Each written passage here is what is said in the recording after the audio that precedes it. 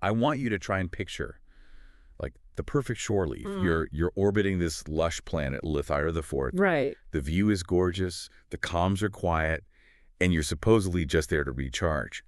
But when we opened up the logs of the USS Arawyn for this deep dive, we found the exact opposite of relaxation. Oh, completely. We found a crew that is basically vibrating with tension. Yeah, it is the least relaxing vacation I think I've ever read about. The ship is ostensibly at rest, but internally, it's a total pressure cooker. Mm-hmm. And what stood out to me immediately is that the pressure isn't coming from the outside. There's no enemy fleet on the sensors. Right. Usually in these logs, we see a ship reacting to a crisis, Mm-hmm. an invasion, space anomaly, something like that. But here, the crisis is entirely self-inflicted. It's all internal. Exactly. The central theme, just screaming out from these documents, is the corrosive nature of secrets.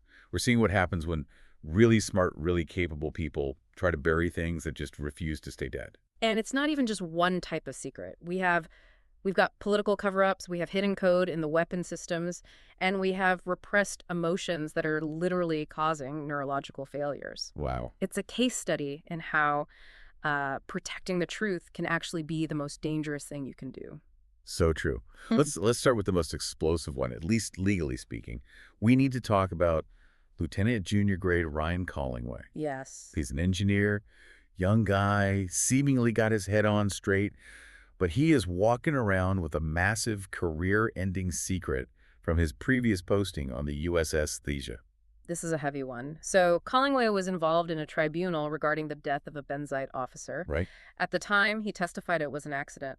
But the logs here reveal he perjured himself. He flat out lied to a Federation legal body. But the reason why they lied is what makes this so complicated. It wasn't to cover up a murder or, incompetence. It was because the Benzite officer had been assimilated by the Borg. Exactly. And to really understand why that necessitated a lie, you have to understand Benzite culture. They're the ones with the breathing apparatus. Right? Very, very organized. It goes a lot deeper than that. Benzite society is built on a structure of extreme genetic and cultural uniformity. They view themselves as parts of a singular, perfect whole. Okay. Now, imagine the psychological horror of the Borg, a hive mind that forcibly strips individuality, but impose that on a species that already shares a communal identity. Just a benevolent one. Oh, wow. So for a Benzite to be assimilated, it's not just a tragedy, it's like a perversion of their entire existence. It's a cultural taboo of the absolute highest order. Collingway believed, and honestly, he might have been right, that if he revealed a Benzite had been turned into a drone, it wouldn't just cause grief. Right. It could trigger mass panic or even civil war on Bensar. The political instability would have been catastrophic. So he decides, I'll take this to my grave. He becomes a gatekeeper of history. He thinks he's saving a civilization by lying. He does. But here is the thing about secrets on a starship. There is no such thing as a vacuum. Someone always talks. Always. And in this case, the leak came from the absolute last place you'd expect. Collingway finds out that a quote-unquote witness has come forward to the Arawyn's security chief, claiming Ryan confessed. And when Ryan digs into it, He realizes the leak was orchestrated by his own father. I had to reread that part of the logs twice. His father. It's completely Machiavellian.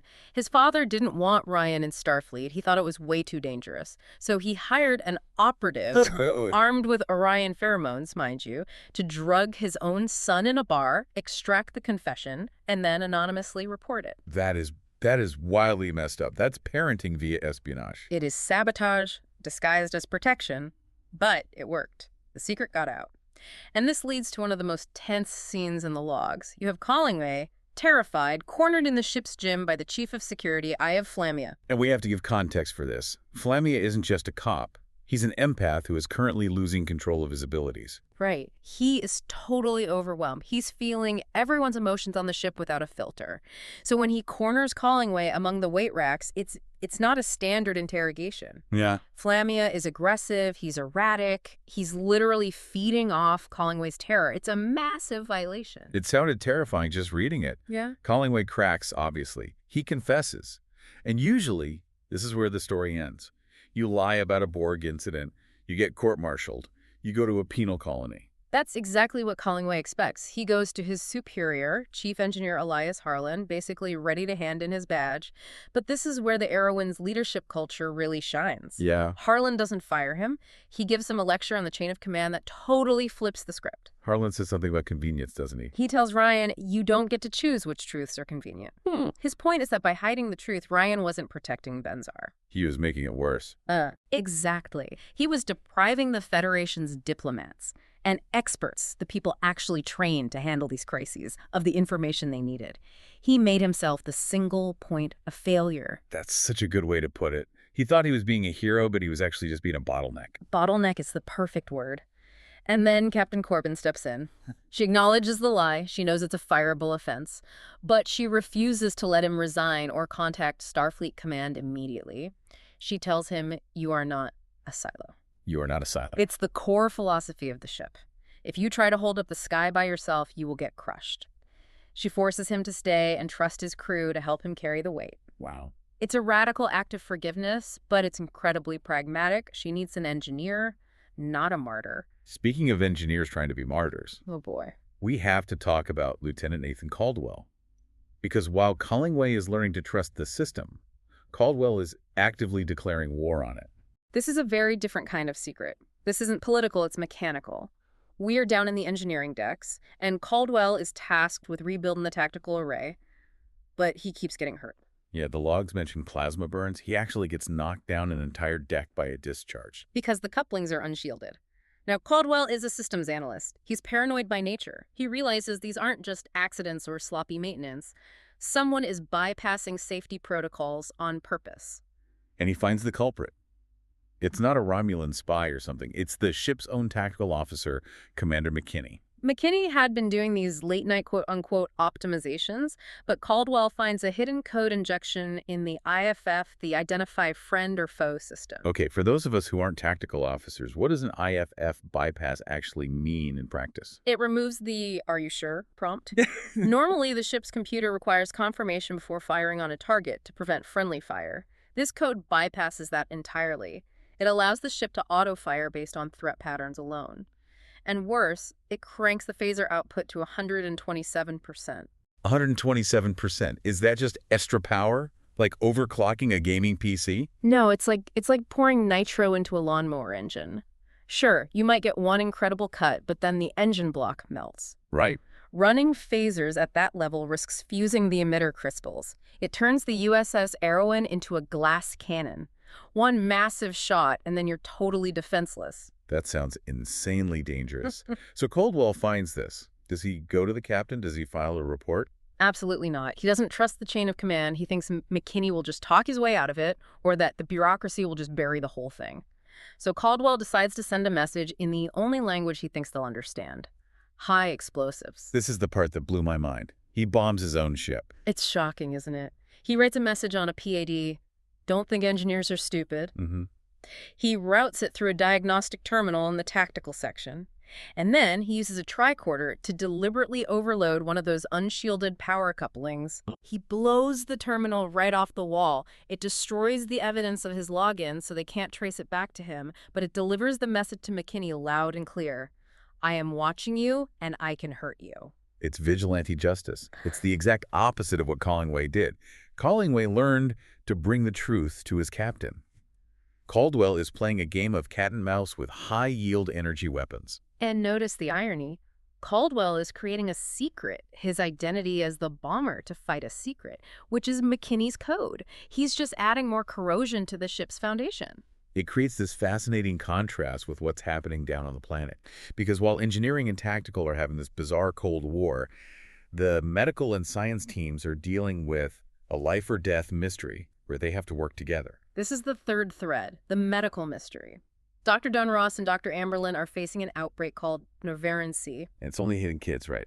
Children under 10, neurological tremors, respiratory failure. Adults are totally fine. Now, usually, when a virus acts like this, you assume it mutated. But Dr. Dunross finds the virus is stable. The problem is the vaccine. The vaccine isn't working. It's worse than that. It's falling apart. Yeah. Vaccines often use a stabilizing scaffold. Think of it like a microscopic delivery truck that protects the medicine until it gets to the right cells.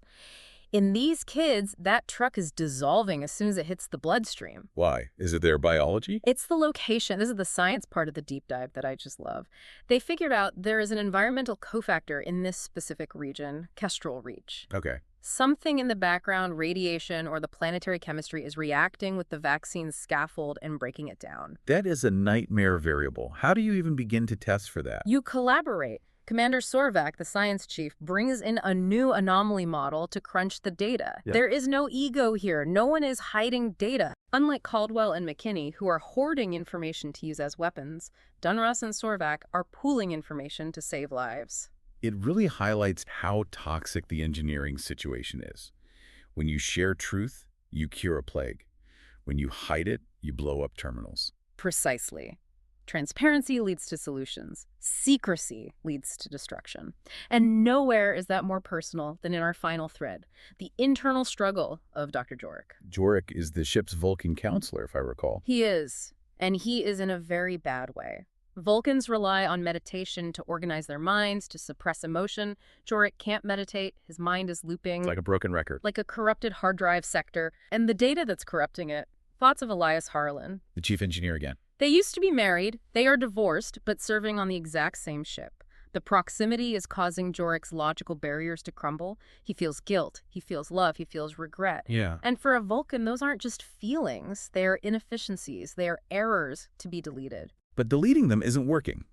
So in a weird twist, he gets advice from our favorite bomber, Nathan Caldwell. Caldwell tells him to try controlled chaos.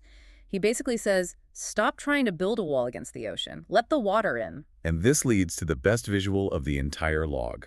Jorek, this stoic Vulcan, walks into a holodeck program called Caldwell 37 Alpha. It is a simulation of a 1985 San Francisco nightclub, the Trocadero Transfer. I can just picture it. Pounding bass, strobe lights, smoke machines, and a Vulcan standing right in the middle of it. And the song playing is True Faith by New Order. The lyrics are literally asking, how does it feel? It's an assault on the senses.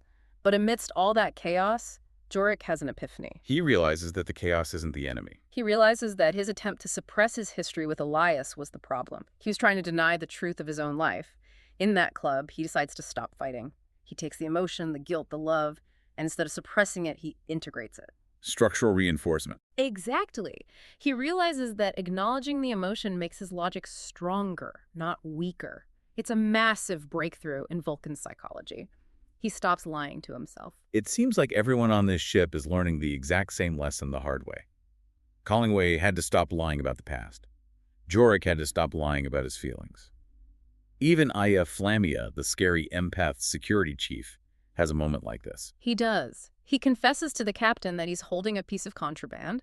It's a Romulan communication device given to him by a relative. It is a direct line to the enemy, technically. That's a court-martial offense, easily. But Captain Corbin plays it perfectly again. She tells him, if I order you to surrender it, you are relieved of the weight. If I order you to keep it, you carry my will. Wow. She lets him keep it, but only if he is transparent about its use. She turns a secret into a bond of trust. She is really the glue holding this crew together. She's constantly telling them, we do not do this alone. She understands that on a starship, isolation is death. Whether it's a biological isolation like the vaccine failure or an emotional silo like Jorek, you have to connect to survive. But, and I really hate to be the one to bring the mood down here, there is one connection that is still broken. I think I know what you're about to say. We talked about Caldwell blowing up the terminal to warn McKinney. He sent his message. But did McKinney actually remove the code? The logs don't say he did. The phantom code is likely still there. The IFF bypass, the 127% overload.